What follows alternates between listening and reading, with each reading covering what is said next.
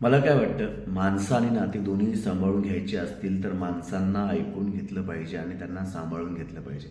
आपण काय करतो, लगेच एखादी व्यक्ती काही सांगायला जरी गेला किंवा आपण एखाद्याला संपूर्णतः ऐकून घेत नाही आणि लगेच त्याच्यावरती तर्क वितर्क शोध नियम लावतो आणि ती फिसकडून टाकतो. आणि ते माणूस आणि ते नातं पण, कुठलंही नातं असो माणूस असो, काय कुठला माणूस काय बोलतंय निदान ते ऐकून घ्या आणि नंतर तुम्ही त्याला प्रत्युत्तर देण्याचा प्रयत्न करा.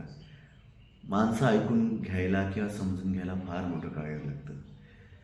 मला वाटतं की आयुष्यात आपण एकमेकांना समजून घेण्यासाठीच आपला जन्म झालेला आहे. आपण लगेच त्याला तर्क, नियम, द्वेष, धागे, धोरे, माती, दगडं लावतो त्याला.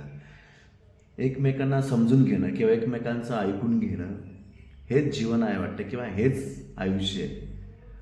आपल्याला अधिकार नाही आपण कुणालाही शांतपण सांगण्याचा किंवा एखाद्याला टोकण्याचा. तेवढा अधिकार मिळवण्यासाठी आपल्याला ती माणसं सांभाळून घेता आली पाहिजेत किंवा ती माणसं तेवढी आपलीशी करता आली पाहिजेत. तरच मग आपण एखाद्याला आपल्या हक्कापुरतं तरी आपण तेवढं सांगू शकतो. म्हणून ती सगळी माणसं ऐकून घ्यायला आणि सांभाळून घ्यायला शिकावं असं वाटतं मला.